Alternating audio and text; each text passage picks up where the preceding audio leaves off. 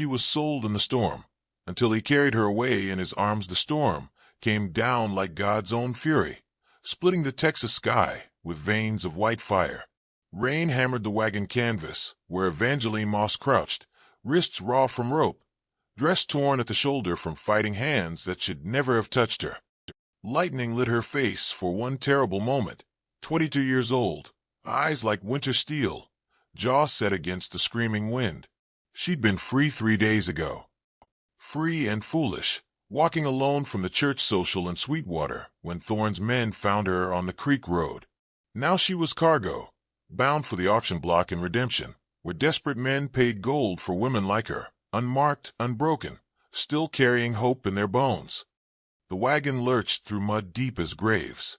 Outside, she heard Thorne's voice cutting through the storm, barking orders at his men. "Keep her dry, boys. Damaged goods don't fetch top dollar." His laughter cracked like a whip. 3 years he'd been running this trade, stealing women from one territory and selling them in another, always one step ahead of the law. Thunder rolled across the plains like cannon fire. Evangeline pressed her face to a gap in the canvas, watching the storm tear at the world. Somewhere out there, her father would be searching. Sheriff Moss had raised her to fight, to never bow her head to evil. But rope held stronger than pride, and morning would bring the auction block, whether she fought or not. The wagon stopped. Voices rose sharp above the rain. Thorne was arguing with someone, a stranger's voice, calm as deep water. Roads washed out ahead. The newcomer said, "You boys might want to find shelter." "We'll manage," Thorne snapped. "Keep riding, stranger." "Name's Cole Brennan." "And I wasn't asking." Evangeline's breath caught. Through the canvas gap, she saw him, tall as a pine, broad shoulders, cutting a black silhouette against the lightning. His hat brim shadowed his face, but his hands rested easy on his gun belt. Everything about him spelled danger, but not the kind that bought and sold human flesh. "You threatening us, Brennan?" Thorne's hand moved to his pistol, just offering friendly advice. Cole's voice never changed, steady as granite. "Storm's getting worse. Smart men would make camp." A new flash of lightning, and Evangeline saw his eyes, gray as storm clouds, hard as the justice her father always talked about. Something in those eyes made her heart hammer against her ribs. Not fear. Hope. Desperate, foolish hope. "We got business in Redemption," Thorne said. "Nothing that concerns drifters." "Maybe not." Cole stepped closer to the wagon. His gaze found the canvas, and for one electric moment, Evangeline felt him looking right at her. "But I make it my business to help folks caught in storms." Thunder crashed overhead. The horses spooked, whinnying and stamping in the mud. In the chaos, Cole moved like liquid shadow, suddenly beside the wagon where Thorne couldn't see him. His knife appeared in his hand, slicing through rope quick as thought. "Run," he whispered through the canvas. "When the next lightning comes, run for those rocks." But Evangeline didn't run. She grabbed his wrist instead, feeling the steady pulse of his blood beneath calloused skin. "Who are you?" "Someone who knows what it's like to lose everything." His eyes held depths she couldn't fathom, grief and guilt and something darker. "I won't let him take you to Redemption." "The hell you won't." Thorne's gun barrel pressed against Cole's skull. "Step away from my property, drifter." Cole raised his hand slow, but his eyes never left Evangeline's face. In them, she read a promise written in steel and fire. Whatever happened next, whatever price had to be paid, she wouldn't face the auction block alone. "Your property." Cole's voice dropped to a whisper that somehow cut through the storm. "That's a pretty word for slavery, Thorne. It's legal trade in these parts. Judge Murphy signed the papers himself. Judge Murphy's been dead 3 months, shot in his bed by a woman he tried to buy." Cole's smile was sharp as a blade. Funny how the law changes when the right people start dying. Lightning split the world white. In that moment of blindness, everything changed. Evangeline heard the wet sound of impact, Thorne's grunt of pain, the splash of bodies hitting mud. When her vision cleared, Cole was standing over 3 unconscious men, flexing his knuckles. That was foolish. she said, but her voice shook with relief. Maybe. But some things are worth being foolish about. He cut her bonds with quick, efficient movements. Can you ride? Like the devil himself was chasing me.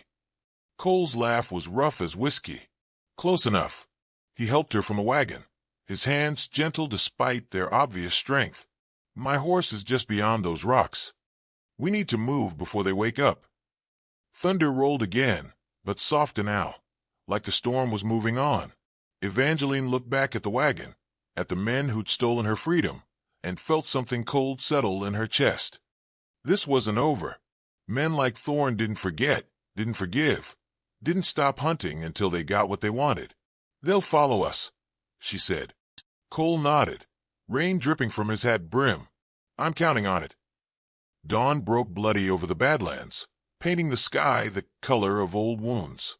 Cole's horse picked its way through Devil's Claw and Mesquite, while Evangeline rode behind him, her arms wrapped around his waist, feeling the steady rhythm of his breathing against her cheek. They'd ridden hard through the night, putting 20 miles between them and Thorne's wagon, but distance was just borrowed time when you had killers on your trail. There's a trading post ahead, Cole said, his voice rough from the night's cold. We can get supplies, maybe pick up word of your father. Evangeline's grip tightened on his coat. Sheriff Moss would be tearing Texas apart looking for her, but these Badlands stretched endless as eternity. A man could search forever and find nothing but wind and bones. The trading post squatted like a toad beside a muddy creek, its adobe walls pocked with bullet holes from some long-forgotten fight. Smoke drifted from the chimney, carrying the smell of bacon and coffee that made Evangeline's empty stomach clench. When had she last eaten? Before the church social, before Thorne's hands grabbed her in the dark. Cole dismounted first, then reached up to help her down. His hand spanned her waist easy, lifting her like she weighed nothing. For a moment they stood close enough to share breath, close enough for her to see the scar that ran from his left temple to his jaw. A white line that spoke of violence survived. Stay close, he murmured. These border posts draw all kinds. Inside, the trading post was thick with smoke and whispered conversations. Mexican traders huddled over cards in one corner, while a pair of buffalo hunters shared a bottle by the fire. The proprietor, a weathered man with one empty sleeve, looked up from cleaning his rifle when they entered. Morning, folks. What can I do for you? Food, Cole said, dropping coins on the counter. Coffee, and any word from Sweetwater about missing persons. The proprietor's eyes sharpened. Sheriff Moss has been through twice, asking about his daughter, offering a $1,000 reward for information. His gaze flicked to Evangeline, taking in her torn dress and rope burns. Mighty convenient, you two showing up together. Mighty convenient, Cole agreed, but his hand rested easy on his gun butt. Unless you're thinking of trying for that reward yourself. Wouldn't dream of it. Man's got a right to travel with whomever he chooses. The proprietor's smile didn't reach his eyes, though some choices cost more than others. They took their food to a corner table, backs to the wall, where they could watch the room. Evangeline forced herself to eat slow, though her body screamed for more. The bacon was greasy and oversalted, but it was the finest meal she'd tasted since before the storm. You're not telling me something, she said quietly, watching Cole pick at his food. About why you helped me. Cole was quiet for a long moment, staring into his coffee like it held answers to questions he didn't want to ask. Finally, he spoke. Had a sister once. Sarah.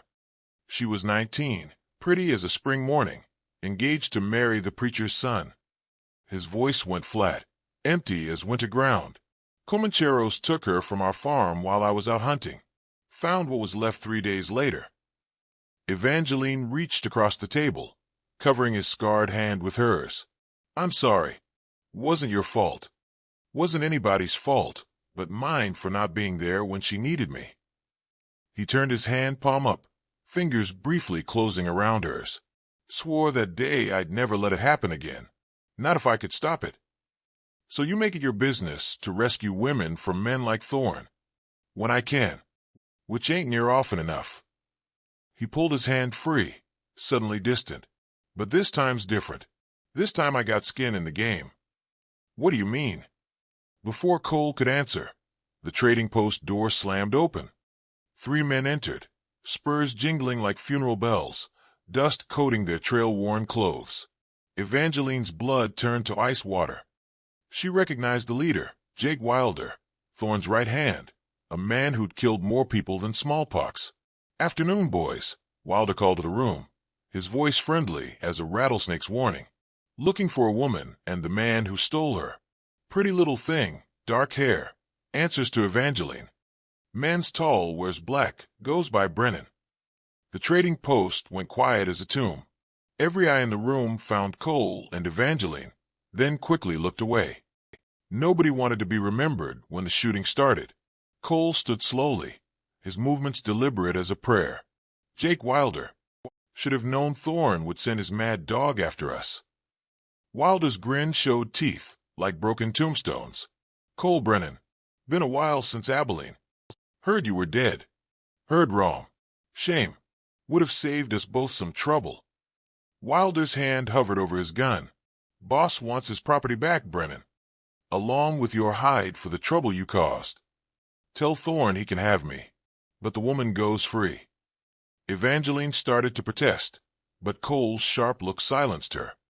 In his eyes, she saw something that made her heart stutter, a man preparing to die for a stranger's freedom. "Now why would I do a fool thing like that?" Wilder laughed. "She's worth more than you'll ever be. Because I know where you buried the Carson family after you butchered them in their beds. Because I know about the wagon train you and Thorne hit last spring, selling the survivors in Mexico." Cole's voice cut like a blade. "Because if anything happens to her, that information goes straight to Marshall Hayes in Austin." The silence stretched taut as a hangman's rope.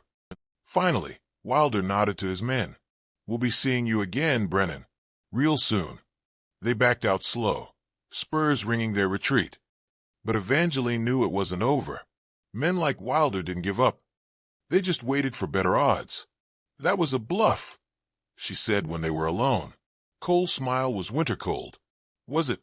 The sun climbed merciless over the alkali flats, baking the earth until it cracked like broken promises. Cole and Evangeline rode north toward the Pecos, following game trails that twisted through sage and prickly pear. The heat pressed down like a blacksmith's hammer, but it was the silence between them that cut deepest. Evangeline studied the man who'd risked everything for a stranger. His profile was carved from granite, strong jaw, straight nose, eyes that seemed to carry the weight of every sunset he'd ever watched alone. The scar on his temple caught the light when he turned his head, and she found herself wondering what other wounds he carried beneath his trail-worn clothes. "Tell me about her," she said finally, her voice barely audible above the horse's steady gait. Cole was quiet so long she thought he wouldn't answer. When he spoke, his words came slow and careful, like a man walking through a graveyard. Sarah had this laugh, like wind chimes in a gentle breeze. Used to say she could hear angels singing when the church bells rang on Sunday morning. His hand tightened on the reins. She believed in goodness, in the notion that people were basically decent if you gave them the chance to prove it. The trail curved around a red sandstone bluff, and Cole guided the horse toward a thin line of cottonwoods that marked water. Day they took her, she was hanging laundry on the line, singing some hymn our mother taught us. I heard the screaming from half a mile out, but by the time I got back... He stopped, shaking his head. They dismounted beside a muddy creek that trickled between the trees. Cole let the horse drink while Evangeline knelt upstream, cupping water to her face.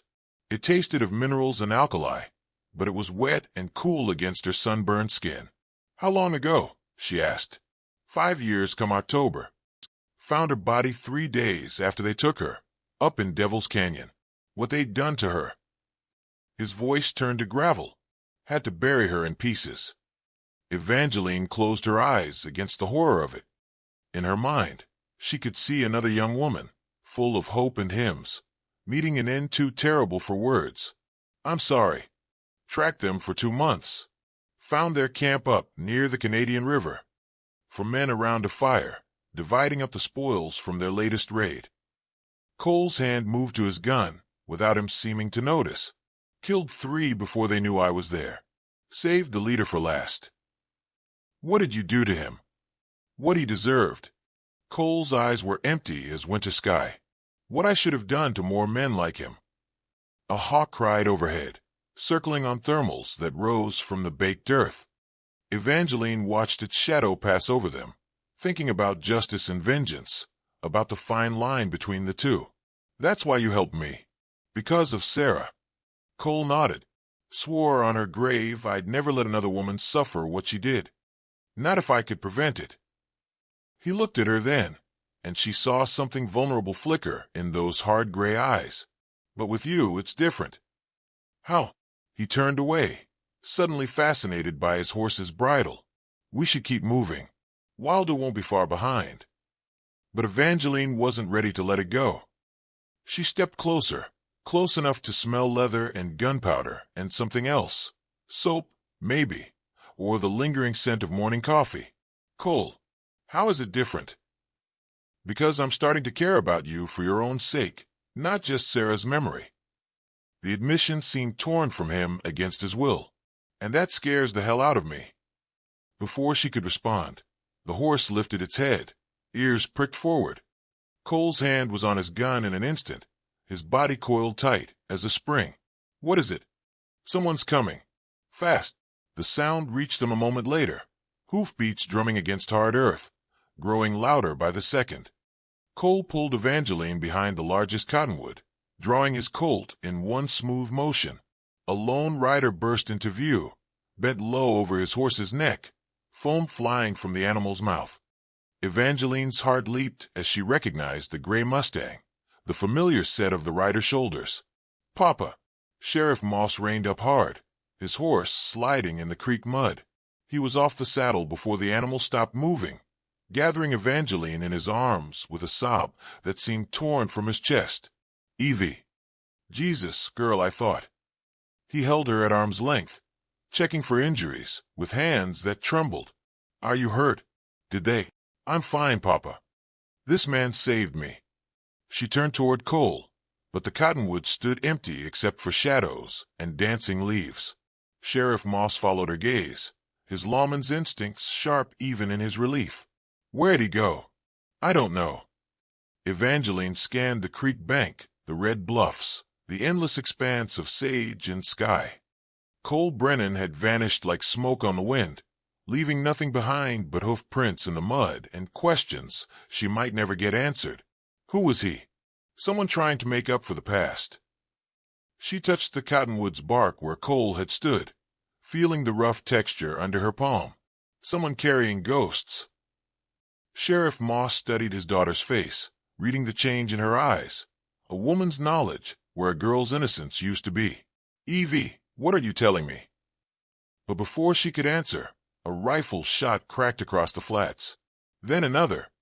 Somewhere in the distance, men were dying, and Evangeline knew with cold certainty that Cole Brennan was settling old debts with lead and steel. The ghosts were calling in their marker, and the price would be paid in blood. 3 weeks passed like a fever dream. Evangeline tried to settle back into her old life in Sweetwater, helping her father with his paperwork, attending Sunday services, pretending the world hadn't shifted on its axis. But every dawn brought Cole's face to her mind. Every sunset left her scanning the horizon for a rider who never came. The town buzzed with whispers about the gunfight at Devil's Creek. For bodies found riddled with bullets, including Jake Wilder and his men. No witnesses. No survivors. Just the kind of precise, methodical killing that spoke of old debts paid in full. Sheriff Moss noticed his daughter's restlessness, the way she jumped at sudden sounds, how her eyes went distant during conversations. You're thinking about him again, he said one evening as they sat on the porch, watching fireflies dance in the gathering dusk. I don't know what you mean. The man who saved you. This Cole Brennan. Her father's voice was gentle but firm. I've been asking around. He's got quite a reputation. Evangeline set down her sewing, thread tangled in her nervous fingers. What kind of reputation? The kind that follows a man who's killed more people than consumption. Sheriff Moss leaned forward in his chair. Marshal Hayes wired back from Austin. Says Brennan's wanted in 3 territories for murder, bank robbery, and association with known criminals. The words hit like physical blows. Evangeline felt the world tilt. Everything she believed about Cole crumbling like sand castles in the tide. That can't be right. It gets worse. Hayes says Brennan rode with the Dalton gang for 2 years, helped them rob the cattleman's bank in Dodge City. 3 people died in that robbery, Evie, including a pregnant woman. No. She stood abruptly, pacing to the porch rail. You didn't see him, Papa.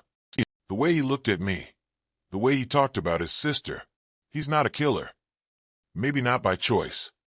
But sometimes good men do terrible things for terrible reasons. Her father joined her at the rail, his presence solid and reassuring. The question is, what are you going to do when he comes back? What makes you think he'll come back? Sheriff Moss smiled sadly. Because I've seen that look in a man's eyes before. When your mother had it, nothing on earth could keep me away from her. Not distance, not danger, not common sense. That night, Evangeline lay awake listening to coyotes sing their lonesome songs. She tried to reconcile the gentle man who'd spoken of his sister with the outlaw Marshal Hayes described. Both could be true. In the territories, survival often required becoming something darker than what you were born to be. The next morning brought visitors. A black carriage rolled down Main Street like an undertaker's hearse, drawn by matching bay horses with silver bridles. The driver was a mountain of a man with a full beard and cold blue eyes.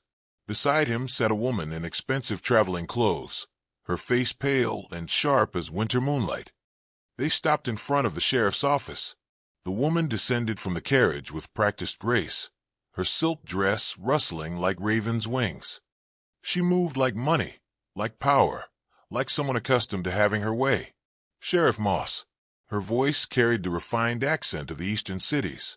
I'm Mrs. Victoria Brennan. I believe you've encountered my husband.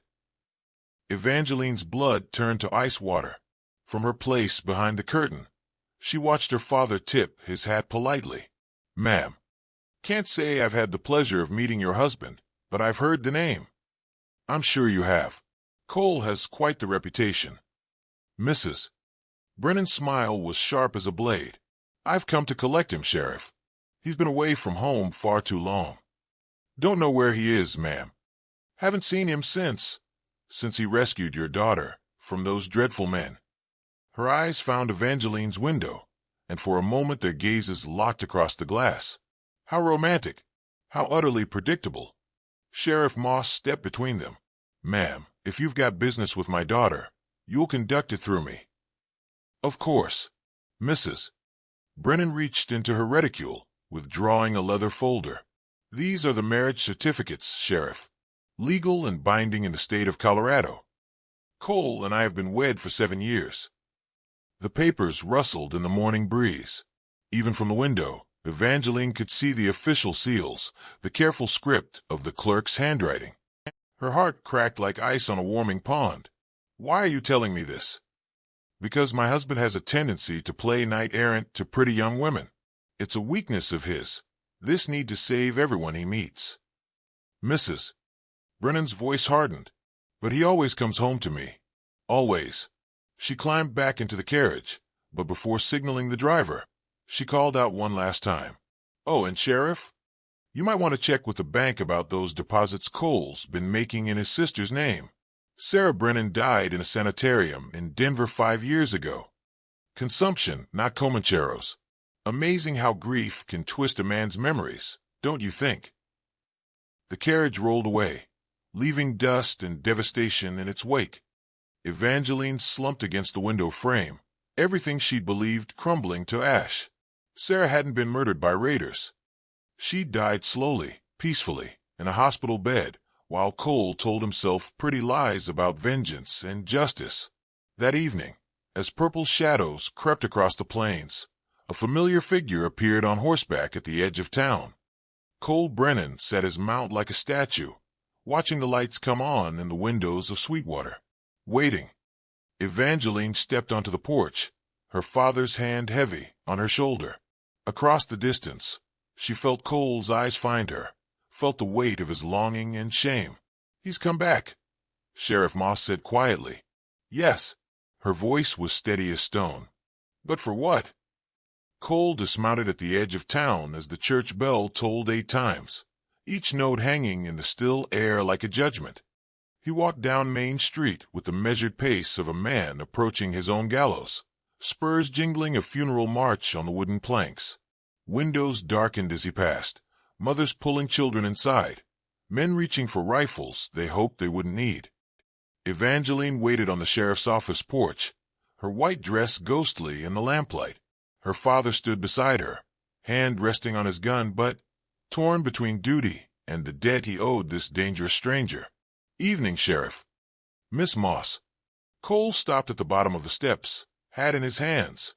Up close, Evangeline could see the toll the weeks had taken, new lines around his eyes, a gauntness to his cheeks that spoke of sleepless nights and harder choices. "Brennan." Sheriff Moss's voice was steady as granite. "Heard you had visitors today." Victoria always did have a talent for dramatic timing. Cole's smile was bitter as alkali water. "Suppose she told you about our arrangement." "She told us enough." Evangeline stepped forward, her voice shaking with barely controlled fury. "About the marriage. About Sarah. About the lies you've been living." Cole winced like she'd struck him. "Sarah died in my arms, coughing up blood and calling for our mother. The Comancheros, that was just a story I told myself. Easier than admitting I failed her when she needed medicine I couldn't afford. So you became an outlaw. Started with one bank. Just enough to pay the doctors, I told myself. But by then it was too late for Sarah, and I had a price on my head." He looked up at her, and she saw the weight of years in those gray eyes. "Victoria offered me protection. Her family's got influence, connections. All it cost was my name on a marriage certificate and my freedom." Sheriff Moss stepped forward. "What do you want here, Brennan?" "To make things right. To tell the truth, even if it damns me." Cole's hand moved to his gun, but slowly, deliberately. He drew the Colt and set it on the porch steps. "I'm turning myself in, Sheriff. But first, I need Evangeline to know why I came back." "Cole, don't. I love you." The words hung between them, like sparks from a forge. "I know I got no right, no claim on your heart. I'm a married man and a wanted criminal. But when I thought about riding away forever, leaving you with nothing but questions, I couldn't do it." Evangeline felt tears burning her eyes. "You lied to me. About everything but that. Everything but how I feel when I look at you." He took a step closer, and she caught the scent of sage and leather and something deeper, desperation, maybe, or the peculiar smell of a man facing his last sunset. "I ain't asking for forgiveness. I ain't asking for anything. Just wanted you to know." "That's real touching." The voice came from the shadows across the street. Victoria Brennan stepped into the lamplight, her traveling dress replaced by men's clothes and a gun belt. Behind her came her driver, the mountain man, along with 2 others Evangeline didn't recognize, all armed, all watching Cole with the patience of vultures. "Victoria." Cole's voice went flat. "Should have known you wouldn't make this easy. 7 years I've kept you alive, husband. 7 years of my family's protection, my money, my influence." She stepped closer, her face pale with fury. "And this is how you repay me? Running off to play hero for some frontier whore?" Sheriff Moss's hand moved to his gun. "Ma'am, I'll ask you to watch your language around my daughter." Victoria's laugh was sharp as breaking glass. "Your daughter? Sheriff, do you know what your precious angel has been doing these past weeks? Dreaming about my husband. Writing his name in her diary like some schoolgirl with a crush." Heat flooded Evangeline's cheeks, but she held Victoria's gaze steady. "I won't apologize for caring about a good man." "Good man." Victoria's voice rose to a shriek. "He's killed 17 people, dear. I have the list. Would you like me to read the names?" "Some killing needs doing." Cole's voice cut through the night, like a blade. Every man on that list had it coming, including the bank teller in Dodge City, the pregnant woman who got in the way, the sheriff in Abilene who was just doing his job. Victoria pulled a folded paper from her coat. Shall I continue? Evangeline felt the world spinning away from her. She'd known Cole was dangerous, had seen it in his eyes, but this catalog of death was more than she could reconcile with the gentle man who'd spoken of his sister's laughter. Tell her the whole truth, Cole. Victoria's smile was poisonous. Tell her about the night you came to me, bleeding and broken, begging for sanctuary. Tell her what you promised to do for my protection. Cole's shoulders slumped in defeat. Whatever job she needed done, whatever killing required her family's business interests. 7 years of faithful service. Victoria circled him like a predator, and all I asked in return was your loyalty, your obedience, your word that you'd never run. The church bell tolled 9 times. In the distance, thunder rumbled, another storm coming in from the west. Evangeline looked at Cole, at the man who'd saved her, and lied to her, and loved her all at once, and felt her heart break clean in two. What happens now? She asked. Victoria's gun appeared in her hand smooth as silk. Now my husband comes home with me, and anyone who tries to interfere learns why the Brennan name carries weight in this territory. Cole looked at Evangeline one last time, memorizing her face in the lamplight. I'm sorry, Evie, for all of it. Thunder crashed overhead as the first raindrops began to fall. The storm broke with a crack like the world splitting apart. In the chaos of wind and rain, Sheriff Moss drew his gun, Victoria's men reached for theirs, and Cole dove for his Colt on the porch steps. Lightning turned the world white as bone. Gunshots cracked like thunder, muzzle flashes blooming like deadly flowers in the darkness. When the lightning faded and the echoes died, only the rain remained, washing the blood from the wooden planks, carrying away the last echoes of violence. Cole lay face down in the mud, Victoria's derringer still smoking in her hand. She stood over him like a widow at a graveside, rain streaming down her face like tears she'd never shed. He was my husband, she said simply. No one else's.